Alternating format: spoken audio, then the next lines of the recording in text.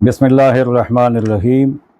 عزیز طلبہ و طالبات، آج کا سبق بھی رموز اوقاف ہی کے سلسلہ میں ہے، اور اس سبق میں ہم نے یہ سیکھنا ہے کہ کہاں کہاں وقف کرنا بہتر ہے۔ پہلے ہم نے یہ سیکھا تھا کہاں کہاں وقف کرنا ضروری ہے، کہ وہاں سے بغیر وقف کے آگے ہم نہیں جا سکتے۔ لیکن آج جو سبق ہے اس میں ہم نے یہ سیکھنا ہے کہ کہاں کہاں بہتر ہے، مطلب یہ کہ رک جائیں گے تو بہتر ہے، نہیں رکیں گے تو اس کی بھی اجازت ہے۔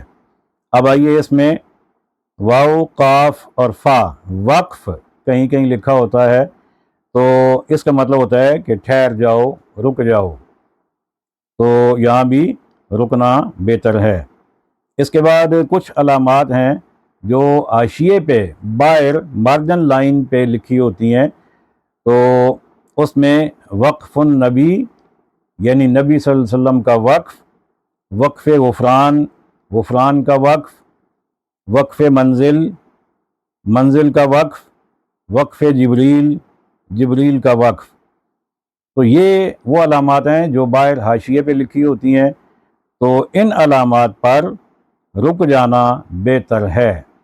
نہ رکیں گے تو اس کی بھی اجازت ہے، لیکن رک جانا بہتر ہے۔ اللہ تعالیٰ ہمیں اچھے طریقے سے قرآن مجید پڑھنے، سمجھنے اور سیکھنے کی توفیق عطا فرمائے۔